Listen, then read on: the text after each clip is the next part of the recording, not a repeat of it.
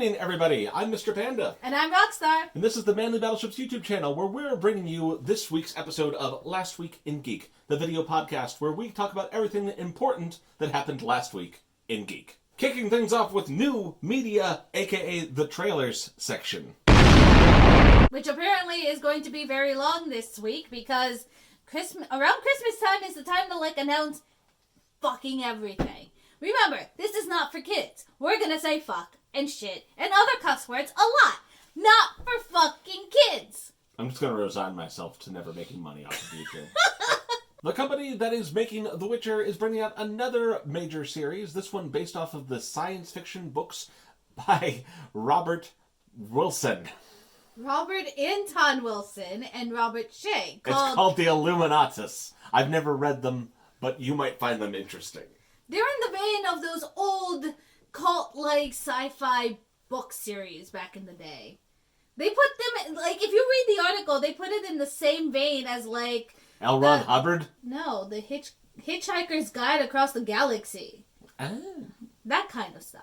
If you've been following our videos on Disenchantment, now you can be excited because they have teased Season 3, finally. Really. They just teased that it's happening sometime in 2020. Yes, that's the definition of a teaser. They teased it. Well, they didn't show any new footage other than what you've already seen at the end of Season 2. Because it's a teaser! Speaking about announcements, South Park has no intentions of being cancelled or slowing down as they've announced Season 24. 24 seasons of South Park. We are getting a UK game show from across the pond called the Crystal... What? Yes, the UK is across the pond. Yes. Do you have to make two... In case you don't know where Britain is, it's across the pond. If you watch RuPaul's Drag Race, you'd be so surprised how many people don't understand the difference between New England and England. The Crystal Maze is coming to Nickelodeon, hosted by Adam Conover. It's kind of like Legends of the Hidden Temple on steroids. I'm actually really want to watch this. It looks so cool. They have an Aztec sets and so many other types of sets and then one big giant crystal ball where they grab cash. It looks really cool. But is there a shrine to the Silver Monkey? Perhaps some of you are sitting there and wondering, what about DC? Is DC putting out any movies that we should be excited for? The answer might surprise you. Coming in 2021 is Shazam 2. There is finally something that you can be excited for. We're ready for the DC fanboy hate. 2K is trying to get back into our good graces after indulging in their gambling... NBA 2K20 by taking an approach that's similar to Blizzard's. That is to say, they're announcing a game that is years away from being released, is still in development, and expecting that to cover up what's happening now. That's how we have gotten an announcement for a new BioShock. I won't be surprised if it's not only a mobile game, but they actually ask you if you have a mobile phone. In the likely event that you are a gamer, you have spent a lot of time running around killing innocent people just for fun. Like the NPCs. And one of those persons, one time, what if they came alive and decided to go out on their own? That is the topic of a new upcoming film starring Ryan Reynolds called Free Guy, who plays an NPC that becomes self-aware. You know, this actually doesn't surprise me that this is a Ryan Reynolds movie. Fourth wall. Green Lantern jokes. I cannot wait to see it. We have a new Ghostbusters movie called Ghostbusters Afterlife. I assume they chose the name because they killed the franchise and are now trying to revive it. They were so embarrassed with the last attempt that they went and added a subtitle to it.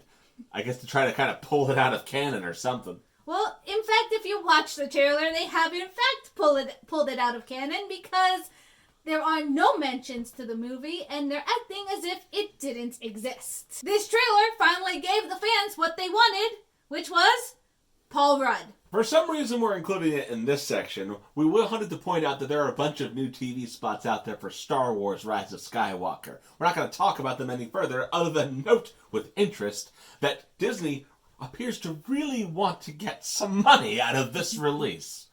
They're not content to just get $10 billion record this year.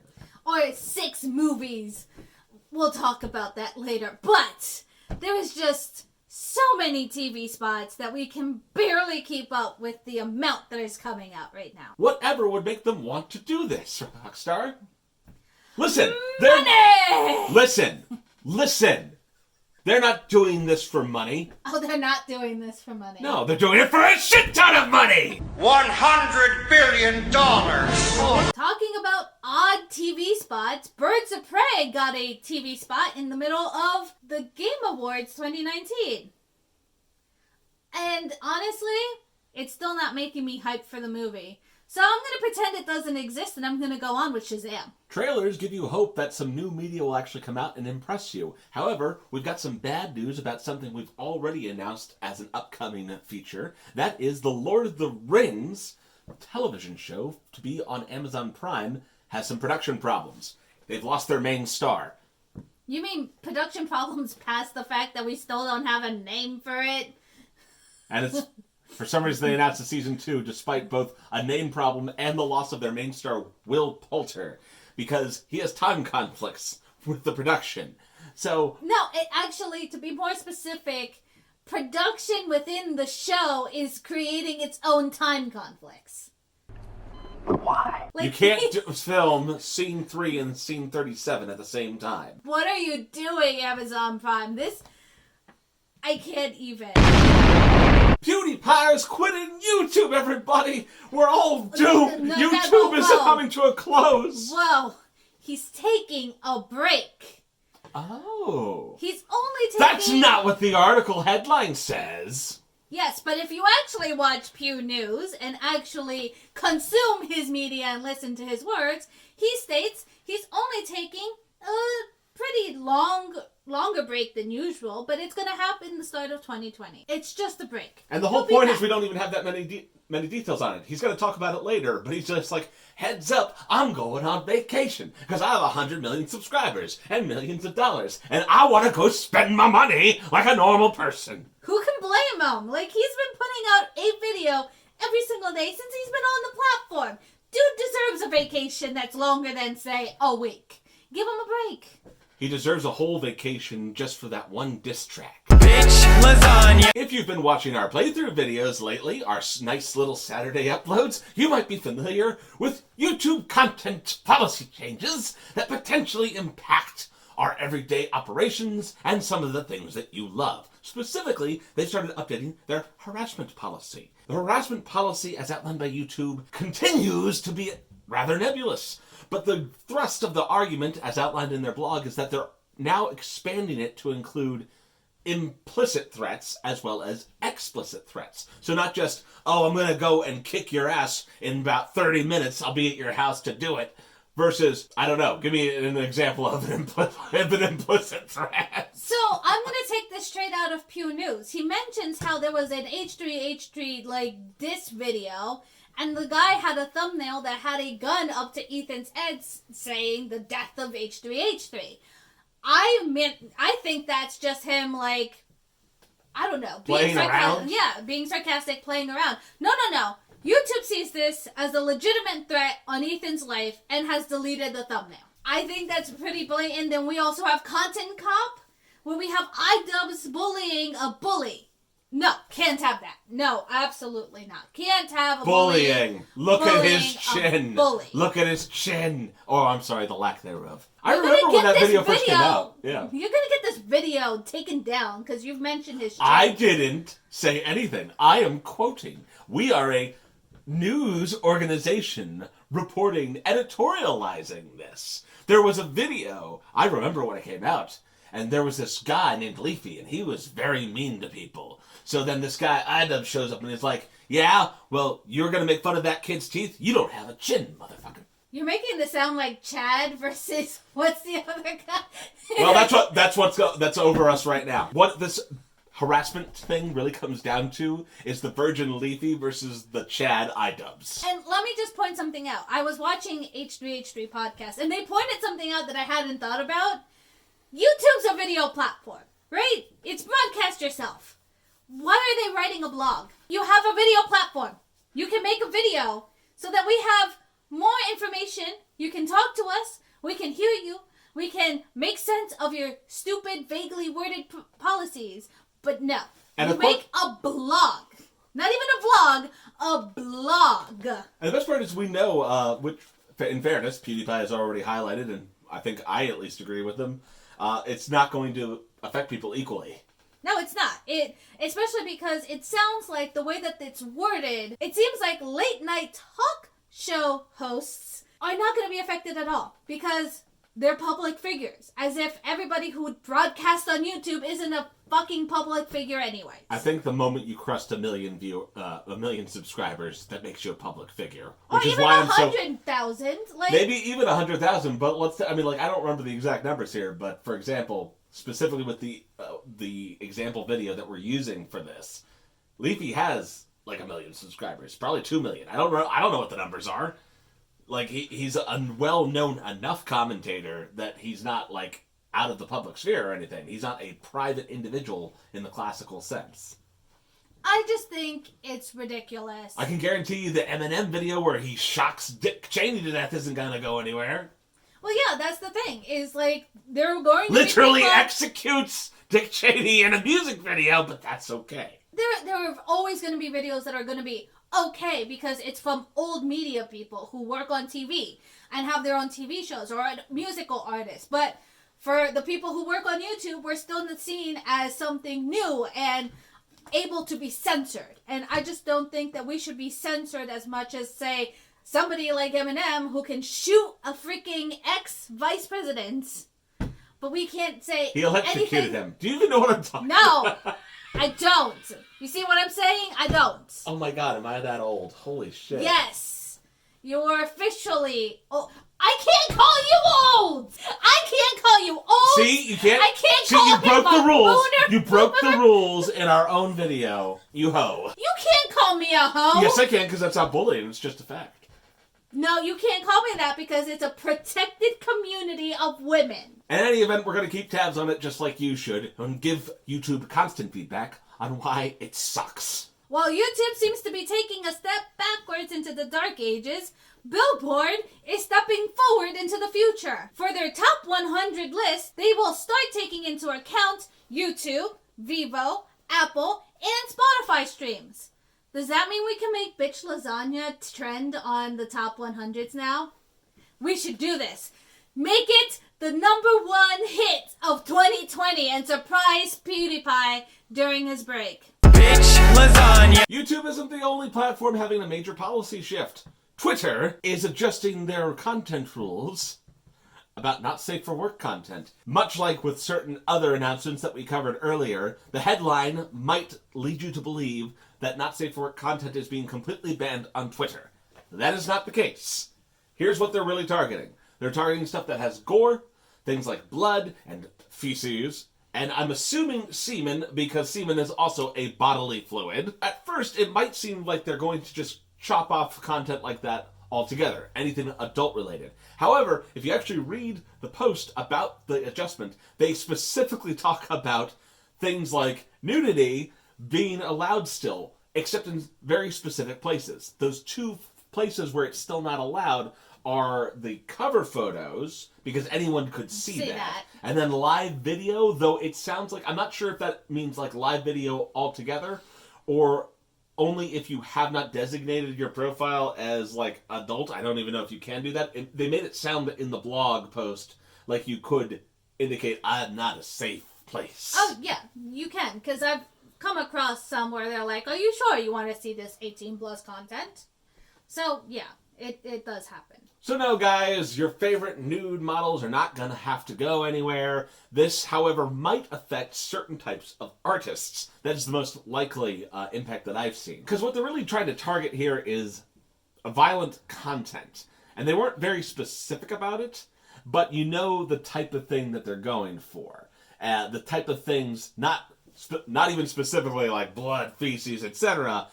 Sounds like they're really starting to take a look at hentai proclivities. Let's put it that way. This is another one where we're just going to have to see where it goes once it's implemented, coming in January. After a certain amount of radio silence and dragging us into this multi-week saga of discussing cinema and arts. The CEO of Disney is hauling Martin Scorsese in to have a chat about the nature of art. This was something that was extremely newsworthy and needed to be said. Viewers should anticipate our review of their discussion, including a fine-tuned discussion on Son of the South. Speaking about Disney, we've already kind of spoiled this one a little bit earlier. Yeah, they've made bank this year, making the first studio to $10 billion in 1 year. Also, with their first studio breaking their own record to have 6 movies reach $1 billion.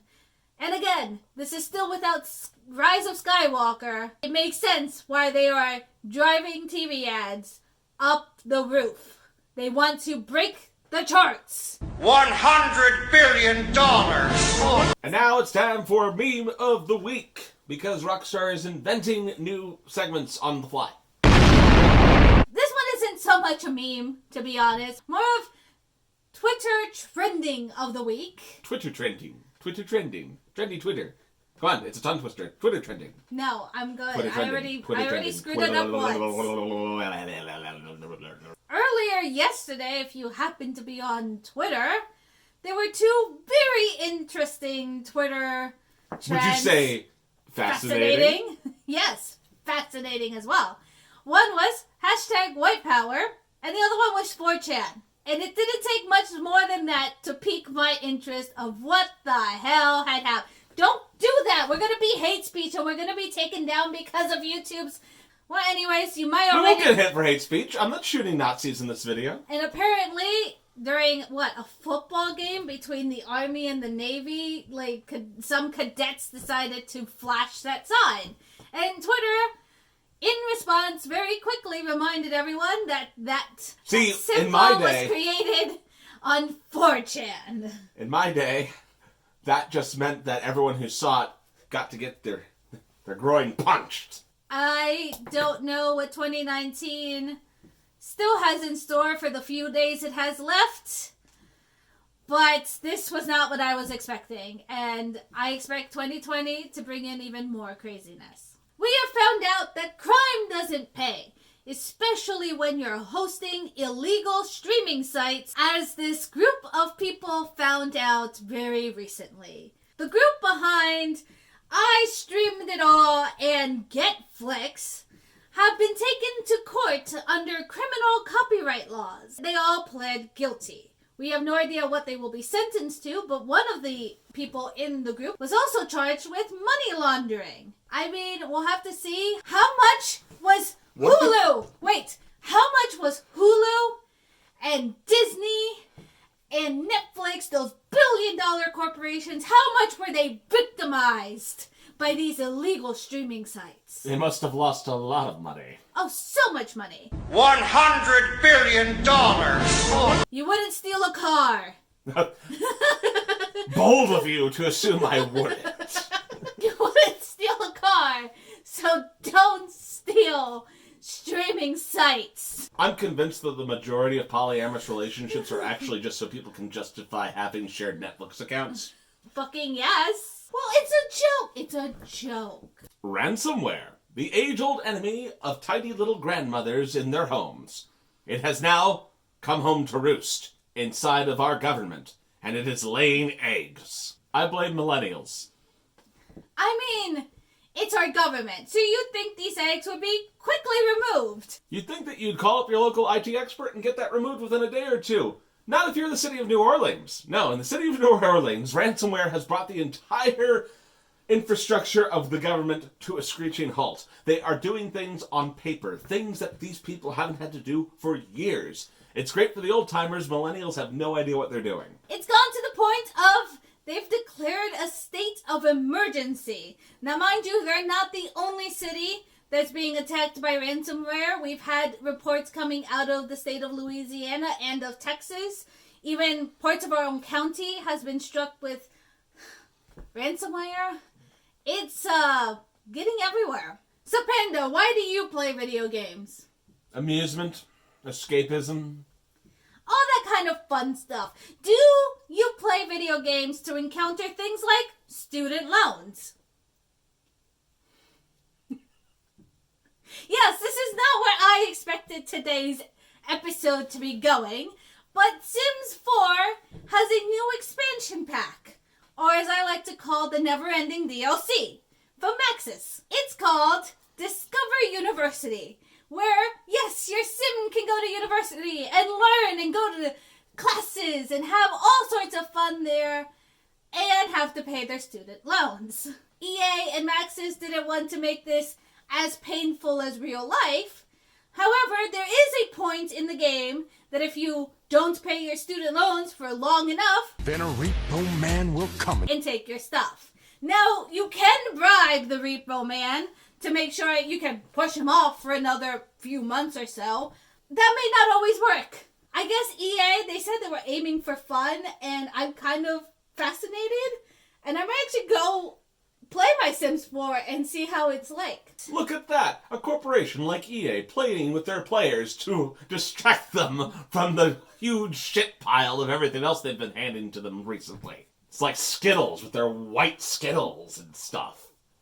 How do you do, fellow gays? I think that's all the time we had for today.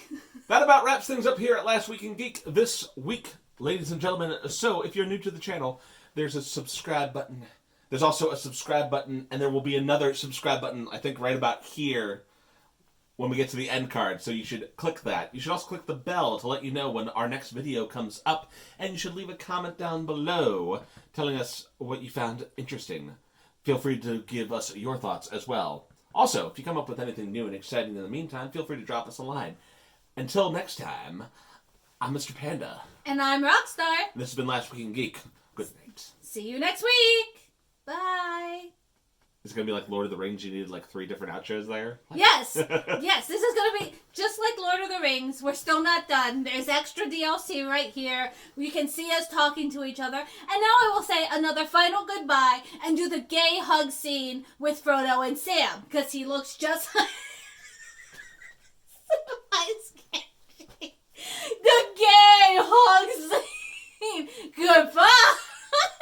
There's good in this world, Mr. Frodo. It's worth fighting for. And for fuck's sake, just propose already! Stop the fucking video!